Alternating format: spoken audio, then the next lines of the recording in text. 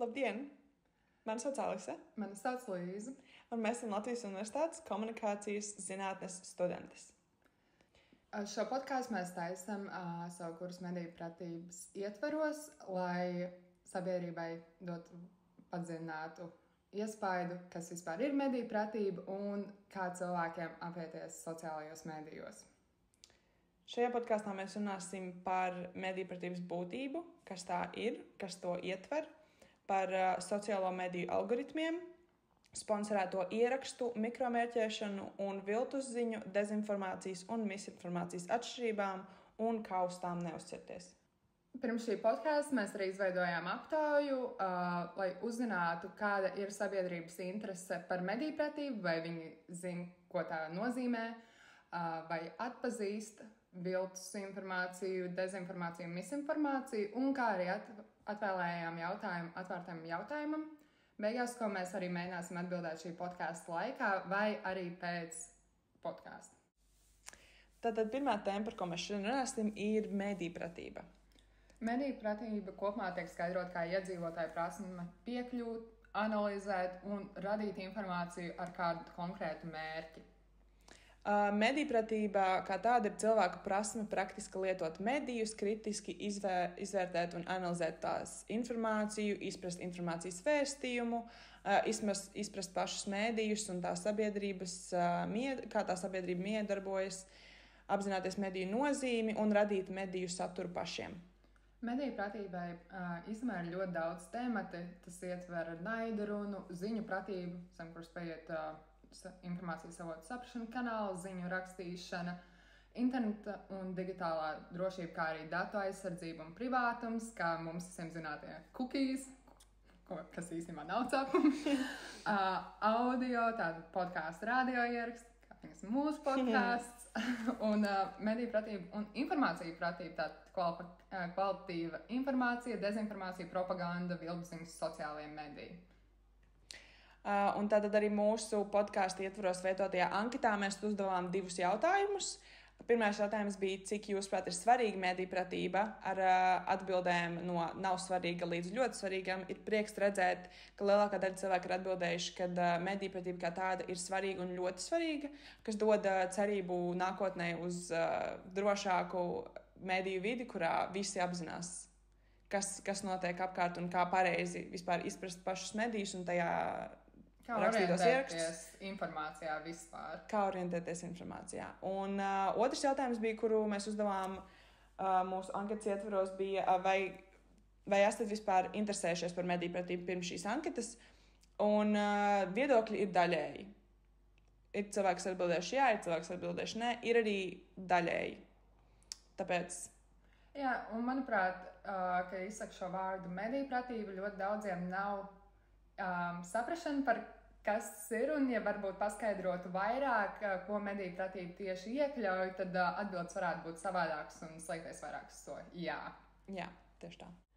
Aleks, tev nav bijis tā saistībā ar algoritmiem, ka tu par kaut ko domā vai kādam cilvēkam pasaki kaut kādas savas intereses, un tad pēc pāris dienām vai pat tajā pašā dienā to ieraugi savā, viņas Instagram lentē.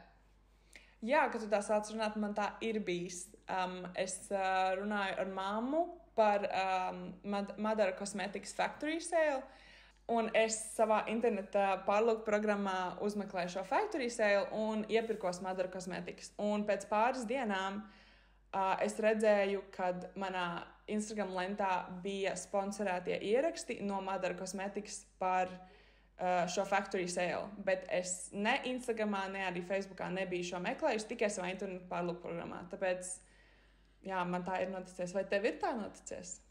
Man tā ir bijis, un es bieži iesmēju, kad FBI liec mani mierā, beidzot klausīties, ko es runāju, jo ir bijis tāda situācija, ka es runāju ar māsu, es viņai saku, jā, man īstenībā varētu patikt tā kā boks, kā laba fiziskā aktivitāte, un varbūt ir kāds sieviešu boks studijot.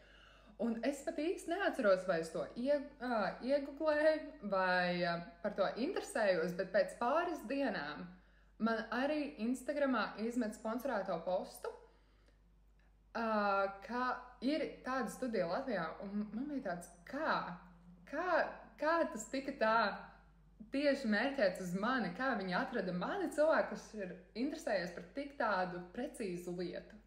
Un tā strādā interneta algoritmi.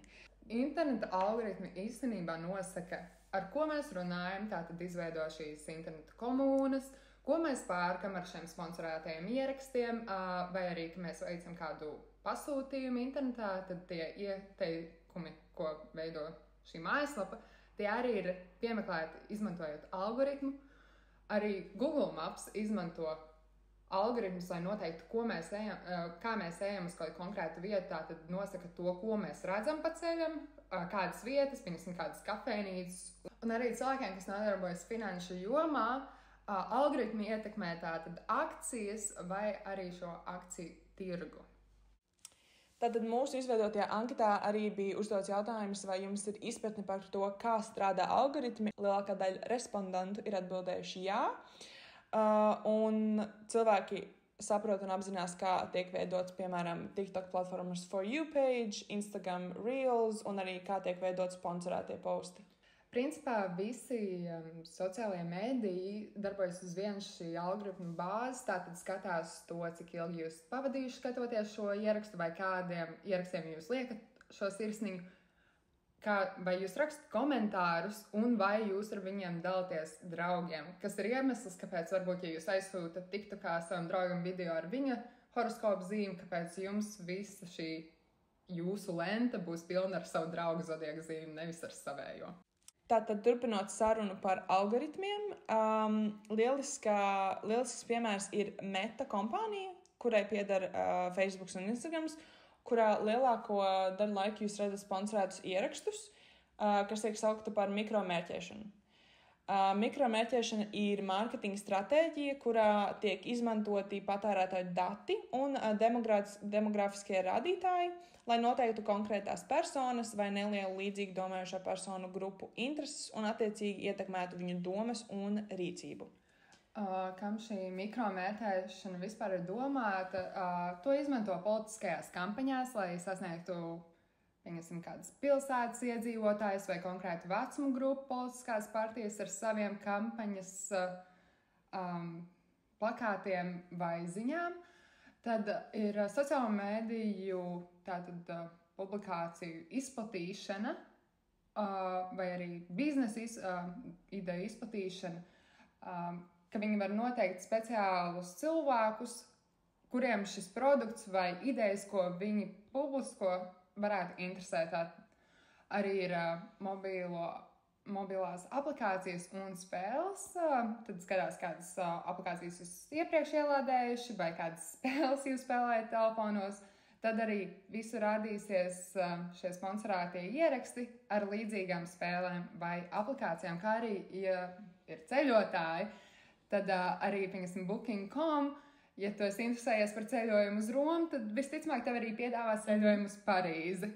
Un, vai, ja tev ir interesējis kāds konkrēts rajons, kur palikt, piemēram, Airbnb, tad izmetīs līdzīgus rajonus un sapratīs, kas ir tās cenas vai vieta, kādā jūs vēlētos apmesties, un tas viss arī noteikts ar mikromērķēšanu.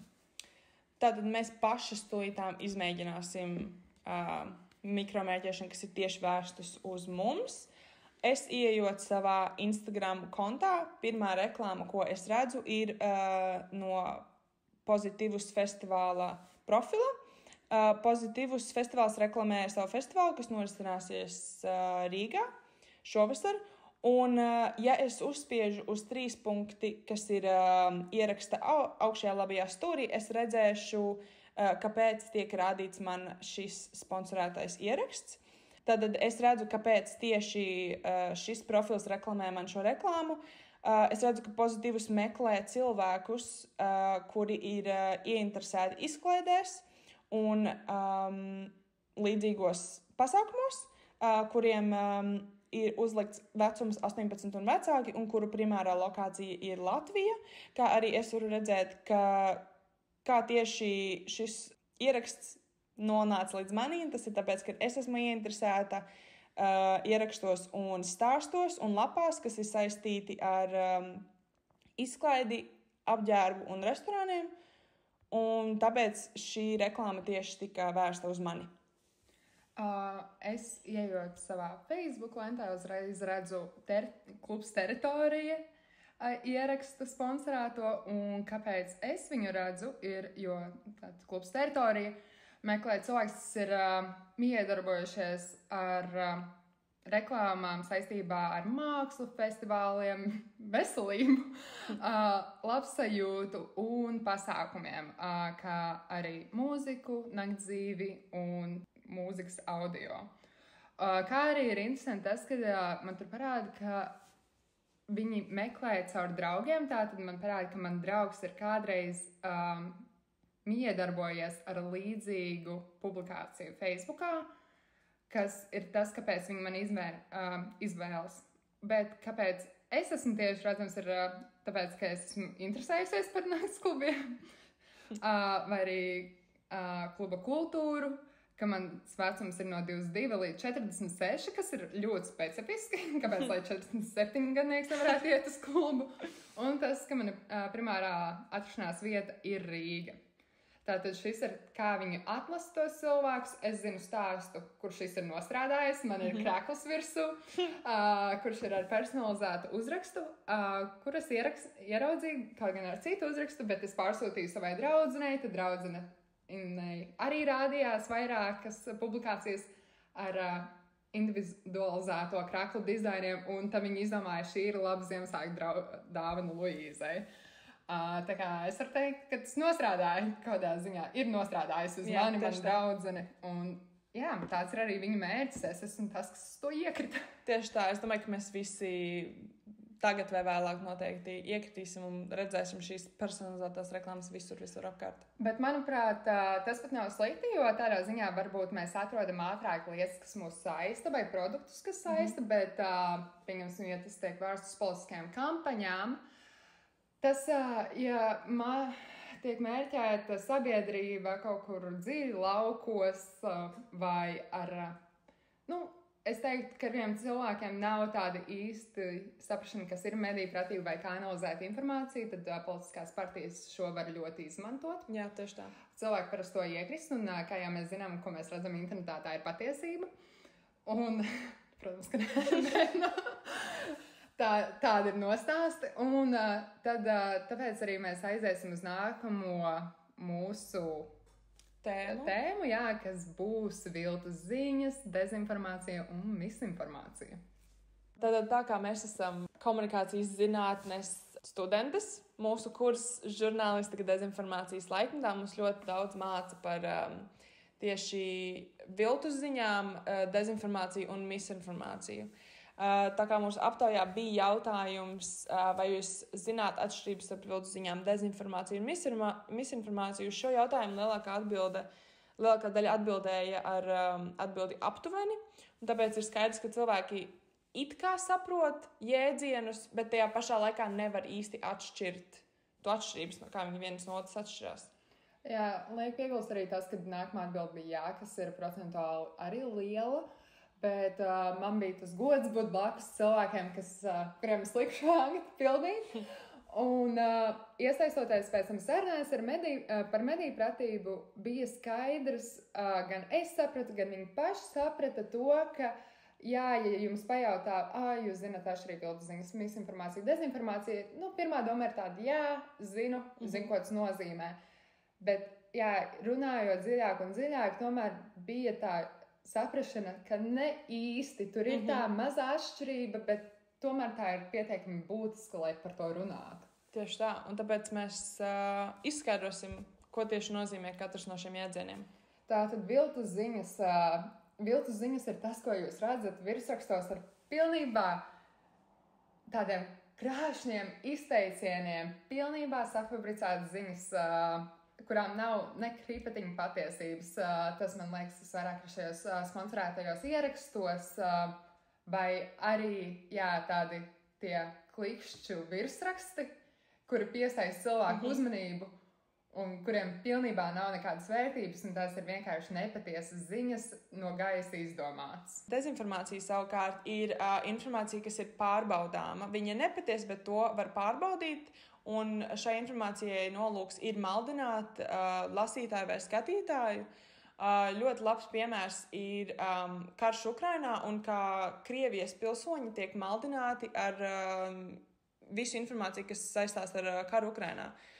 Viņiem tiek glorificēta Krievija, viņiem tiek parādīts principā tikai labais skatu punkts, tiek dati parādīti tikai puse no visiem datiem un tiek slēpti tie sliktie brīži un tie varbūt netik labie dati. Un tiek vienkārši parādīta nepilna informācija, tādā veidā maldināt Krievijas pilsoņus, ka viss ir kārtībā. Jā, tā dezinformācija ir tīša maldināšana un arī dezinformācijas, karš Ukrainā zem dezinformācijas pējas šīs propaganda, kas visa propaganda ir speciāli uzbūvēta ar, ir fakts, ka karš Ukrainā, Krievija Ukraina, bet, tad ir tāds, paslausīsim zem paklājas sliktās lietas, un tad ir tāds, skatieties, ko mēs esam paveikuši.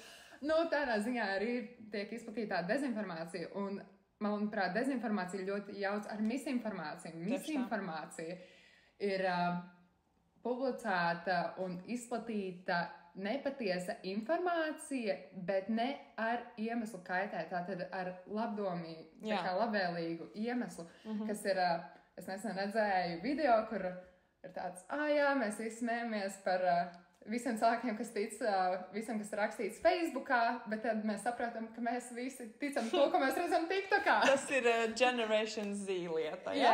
Tātad tas ir visiem saprotams. Mēs vairāk tā nedaram, mēs tieši tā, saviem TikTokiem. Tieši tā.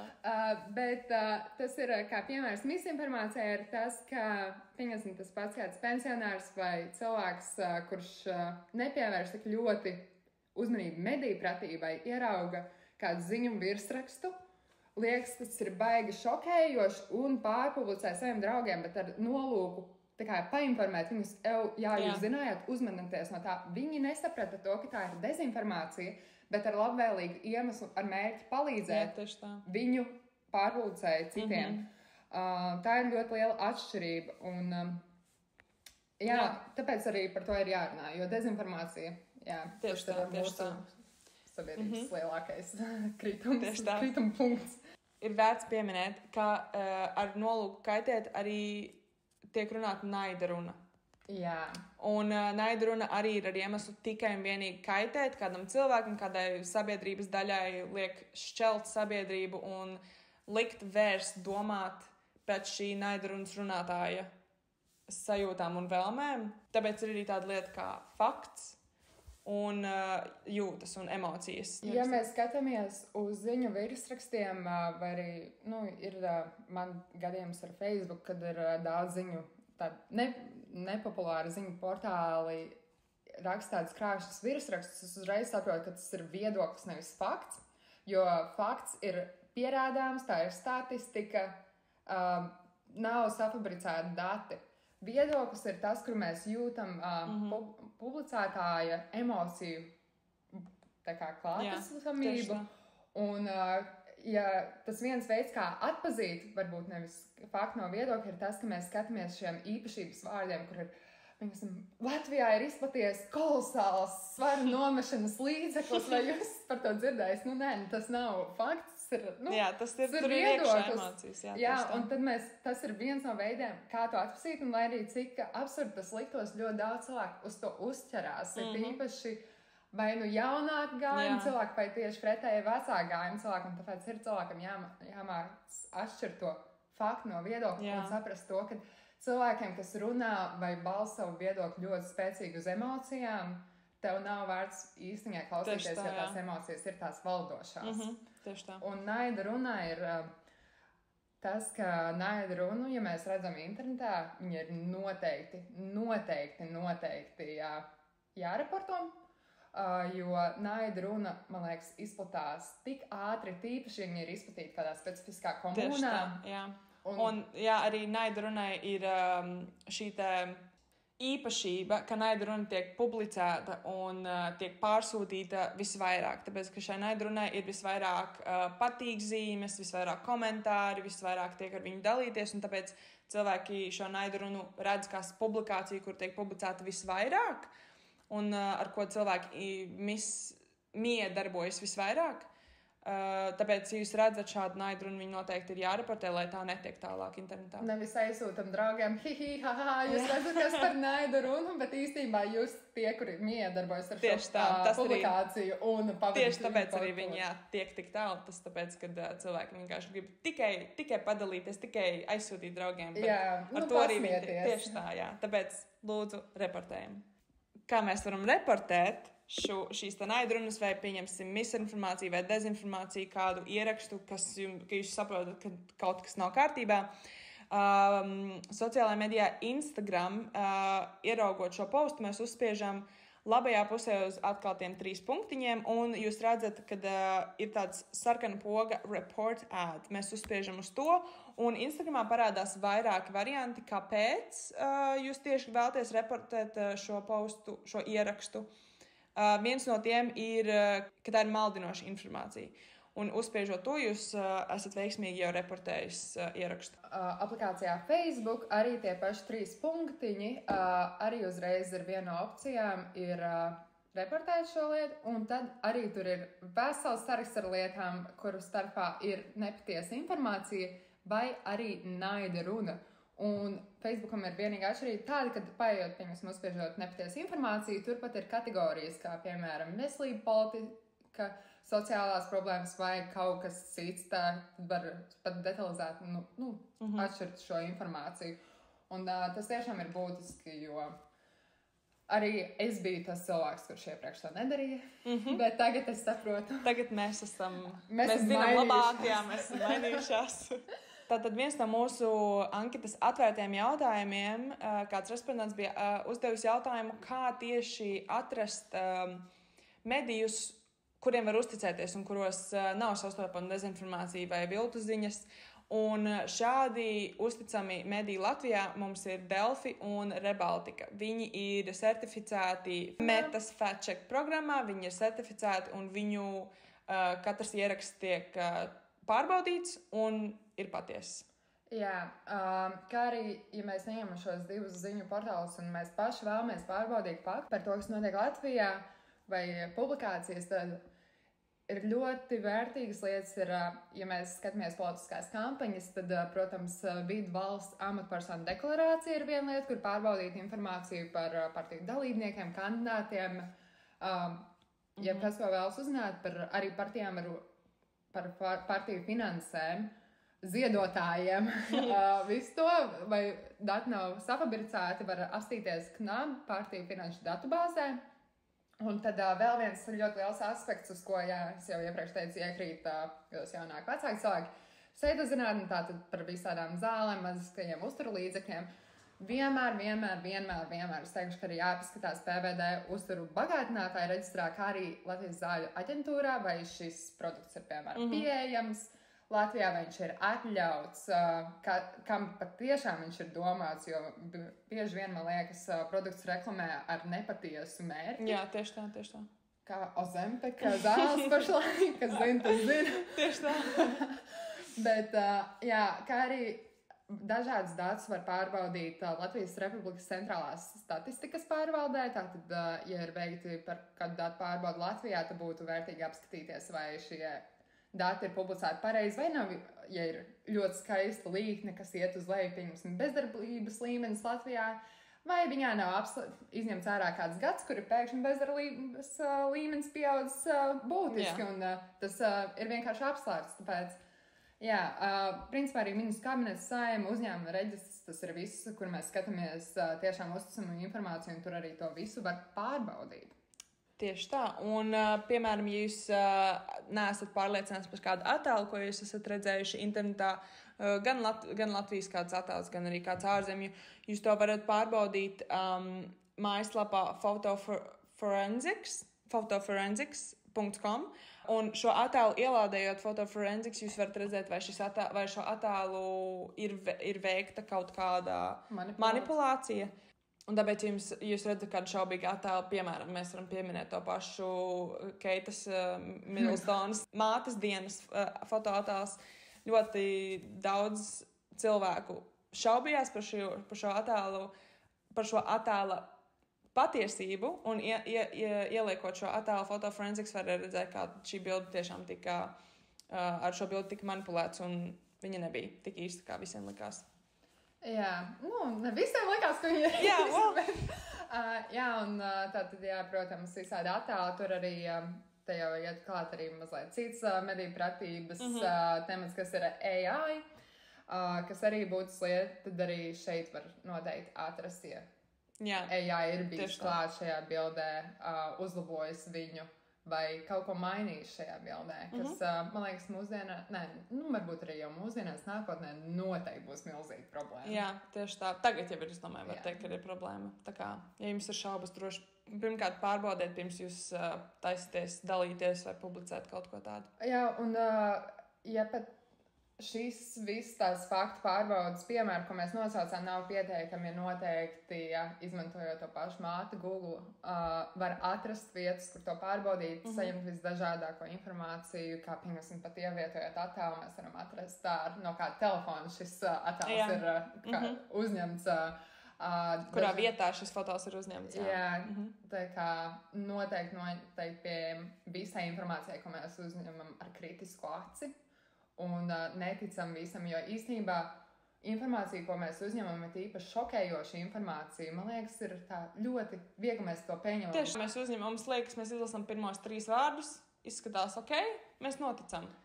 Piemērs ir par zirnekļiem, ko mēs apēdam guļu. Tas ir pierādīti viltu ziņas. Bet, manuprāt, vēl joprojām pasaulē iet apkārt video publikācijas ar to, ka vai jūs zinājāt, ka jūs apēdat naktī 4 zirnekļus? Es noteikti esmu dzirdējis gan TikTokā, gan arī no saviem draugiem un paziņojumiem esmu dzirdējis šo faktu. Man tāds, vai tiešām mēs, tā nav īstenība. Jā, tātad tas ir tāds šoka faktors, ir tīpaši cilvēkiem, kuriem bail no zirnekļiem, tad tas ir arī tāds interesants fakts, ko padot tālāk.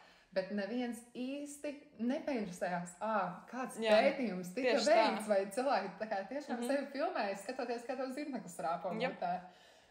Tad šis ir viens no piemēriem, cik ātri šis viss izplatās. Veicam tādus piesardzības pasākumus ar visu, ko mēs uzņemam, jo īstenībā šī visa informācija, ko mēs uzņemam internetā, paliek mūsu atmiņā, un tas veido mūsu domāšanu. Tāpēc. Jā, un šī viltu ziņu izplatīšana tieši par šiem zirnekļiem, kurus mēs apēdam, veica Duke University Amerikā ar iemeslu tieši publicēt šīs viltu ziņas un redzēt, cik tālu tās aizies. Viņas aizgāja ļoti tālu un ļoti ilgi. Tātad 2 meitenes Latvijā šo dzirdējušas. Šis pētījums parādīja, cik ātri tiešām šīs viltu ziņas var aiziet, pat neizlasot to, ka beigās bija rakstīts, ka šis ir pētījums, ka šis ir viltu ziņas. Cilvēki to paliek garām, galvenais bija lasīt, ka mēs apēdam zirnekļus. Jā, jo no sākuma netika pateikts, tās ir viltu ziņas pēc kāda laika, tika pateikts, šis bija viltu ziņas pētījumam, cik ātri izplatās viltu ziņas, un tas vai tik ātri izplatījās fakts, ka tās bija viltu ziņas. Tas nebija tik interesants fakts, kā tieši tā, tas nebija pārāk interesants. Tātad mēs esam nonākuši pie podkāstu daļas, kur mēs atbildam uz jautājumiem, kas tika uzdot mūsu anketā.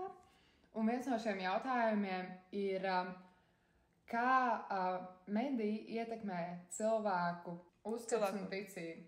Tātad tev pašam personīgi sākumā ir jāizvērtē, kurus medijus tu lieto prieka pēc un kuros medijos tu tikai miedarbojies ar saviem pazīstamiem cilvēkiem un kurus medijus tu lieto priekš informācijas iegūšanas un ziņām.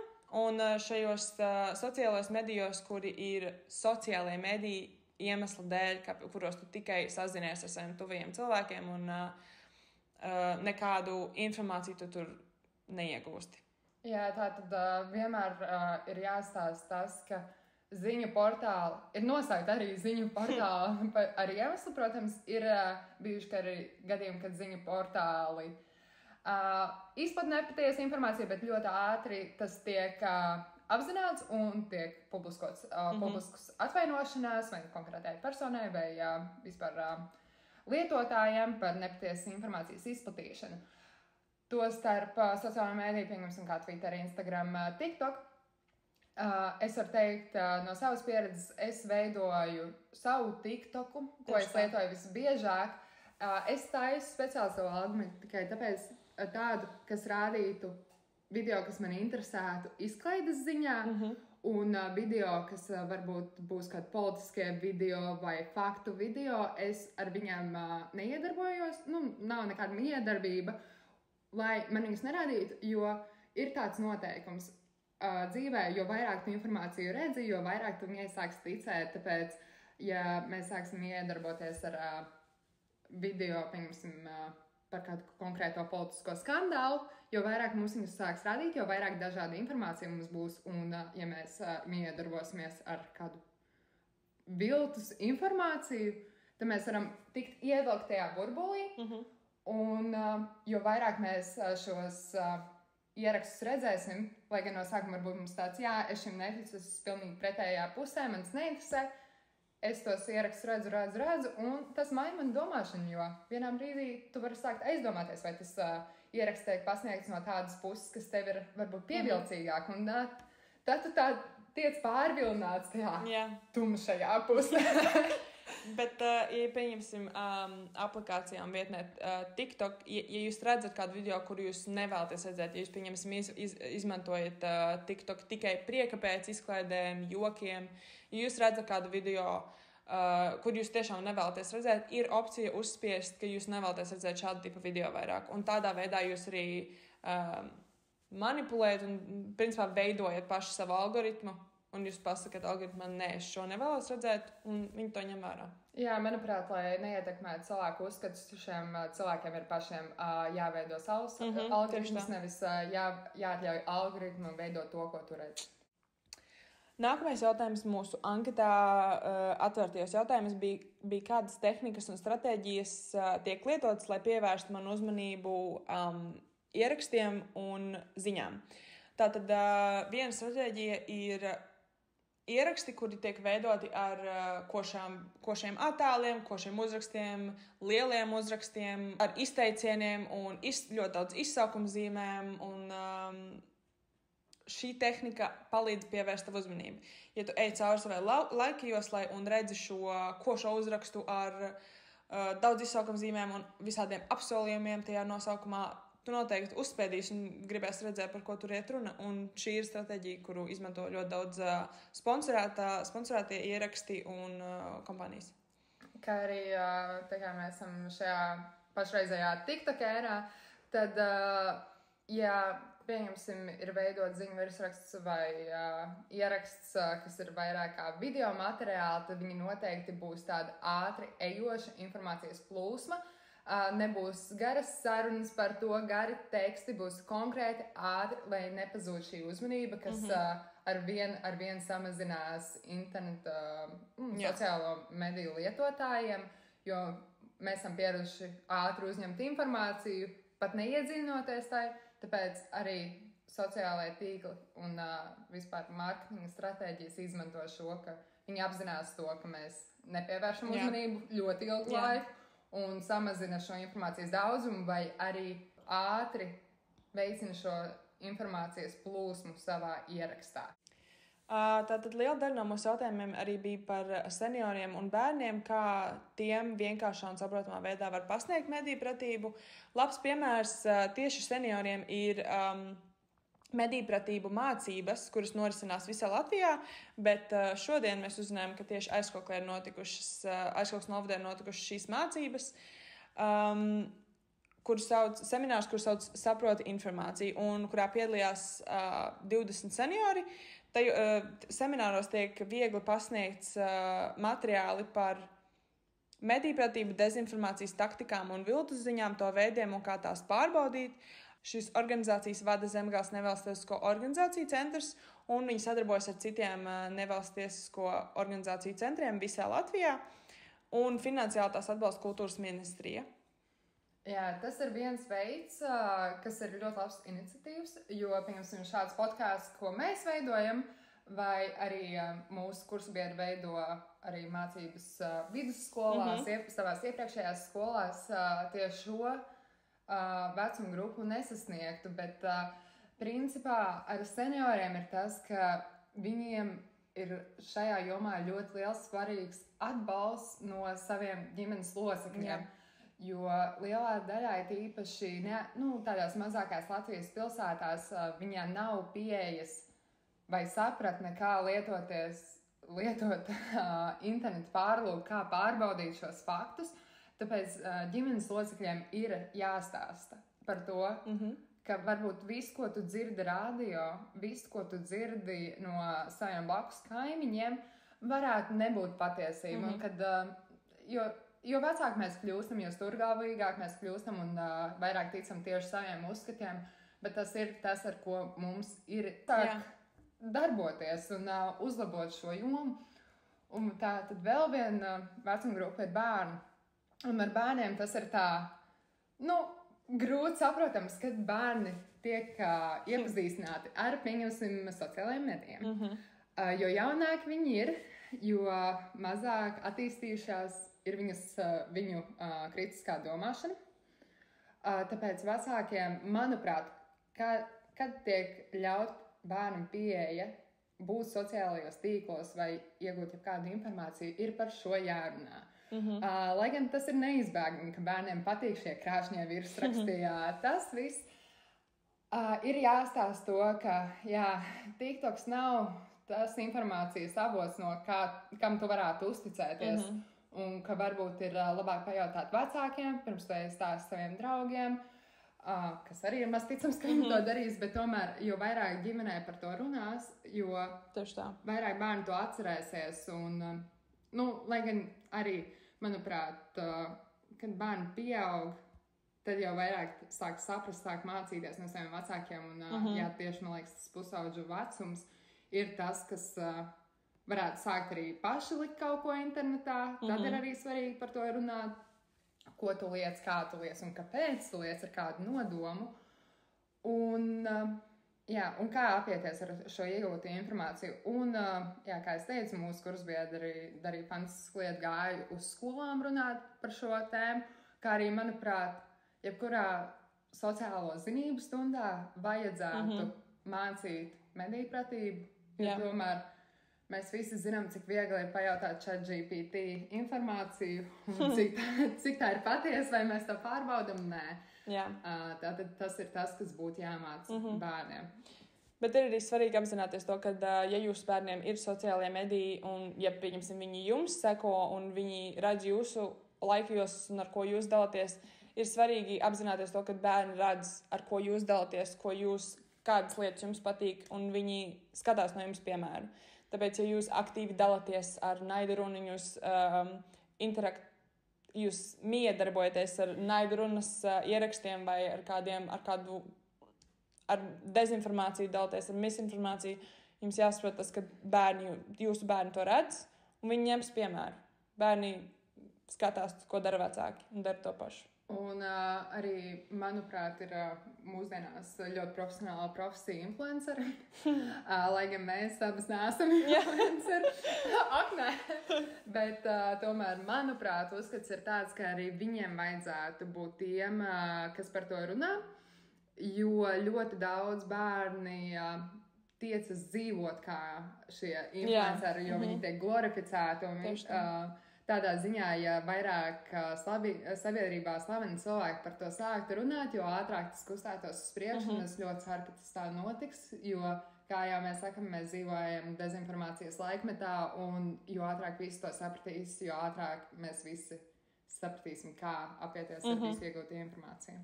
Tieši tā, tāpēc lūdzu esiet uzmanīgi un skatieties, ar ko jūs dalāties, un kādu piemēru jūs jādara gan saviem senioriem, gan arī saviem bērniem. Tātad šī ir mūsu podkāsta izskaņa. Mēs ļoti ceram, ka mēs atbildējam uz visiem jūsu jautājumiem, gan podkāstu laikā, gan arī pēc tam uz atvērtajiem jautājumiem. Mēs ceram, ka mēs jūs kārtīgi iepazīstinājām ar medīpratību un informējām, ka jābūt drošiem internetā. Kā arī to padarījām mazliet vismaz jautru informācijas ieguvusi. Tieši tā. Paldies, ka klausījāties. Un šis ir tā no Dīvaina ekspertiem medīpratībā. Atā!